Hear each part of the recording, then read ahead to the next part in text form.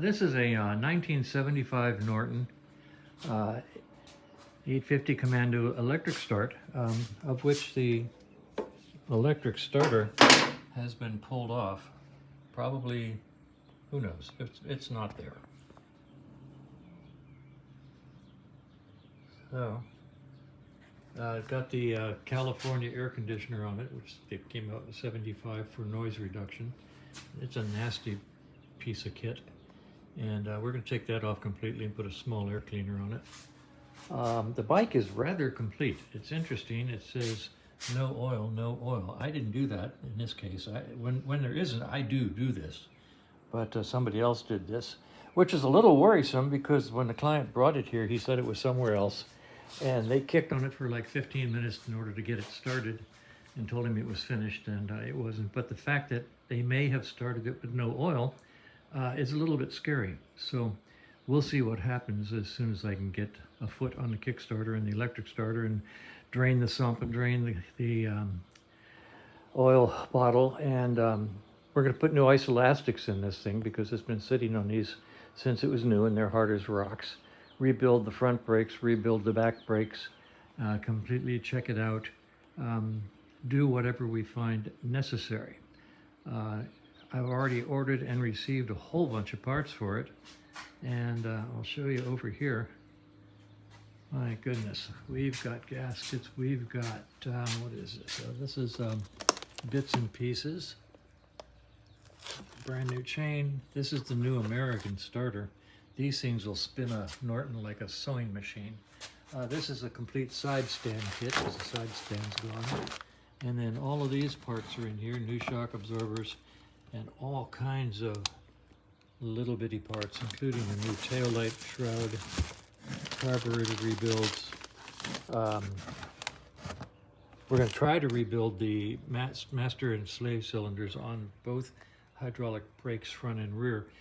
Sometimes we're successful, sometimes we're not, depends on how corroded the inside of the master cylinder is. I don't really rebuild master cylinders normally, but we're going to try on this bike. Frankly, the amount of effort and time rebuilding a master cylinder truly isn't worth it. Unless you're doing it for your own bike. See, if you're doing it on your own bike and it fails, well, you say to yourself as you crash into the car in front of you, well, gee, I wish I hadn't rebuilt that master cylinder because I'm going to die. But on the other hand, when you're rebuilding master cylinders for a client, you really don't want them to die because survivors have attorneys. So I'll look at these master cylinders and see if they have nice clean bores, in which case I will put in new internals. But if there's anything wrong with the bores of the master cylinders at all, I don't bore them out, I don't clean them out, I don't rebuild them, I just put on new master cylinders.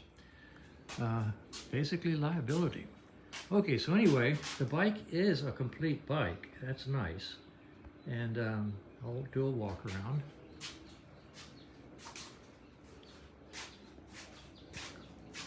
Okay, last licensed in 2015, so that's 8 years ago.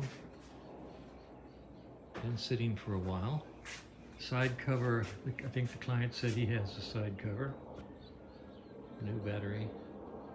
Clean up all this wiring. And new inch shocks. New chain. Open the primary, find out what's happening with that starter gear that's in there. See if it needs to be replaced.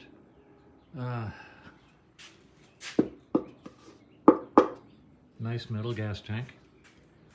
Clean that out. Clean up the motor. And clean, clean, clean, clean, clean, clean, clean. Clean and clean and clean and clean some more. And we have instrumentation up here.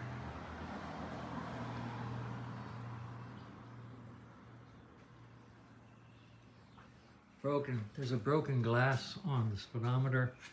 I bought a new glass, so we'll try changing that. I've never done that before. See if I can get that chrome bezel off and change the glass. Somebody put in some LEDs on the instrument indicator lights. See if these still work. They probably will. And that's nice. So, things to do.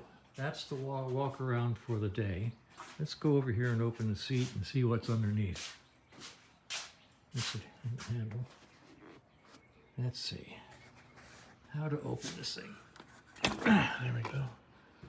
Oh my, that's just lovely wiring. We will simplify that a lot when we put on the new rectifier regulator and get rid of all these added wires. There's a bunch of stuff here that's going to go away.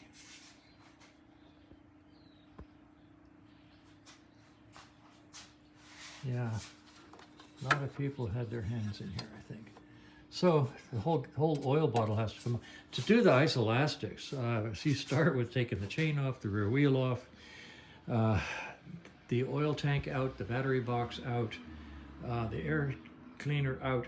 Absolutely everything has to come out in order to get to the point where you can put the new isoelastic in underneath here. All the Z plates come off, and it's going to be quite an adventure. I'll do some videos showing the process. So that's where we are, and first thing to do is to roll it outside. I bought a brand new bottle of S100, and I'm going to clean what I can clean to see if there might not be a motorcycle underneath of all that accumulated dirt.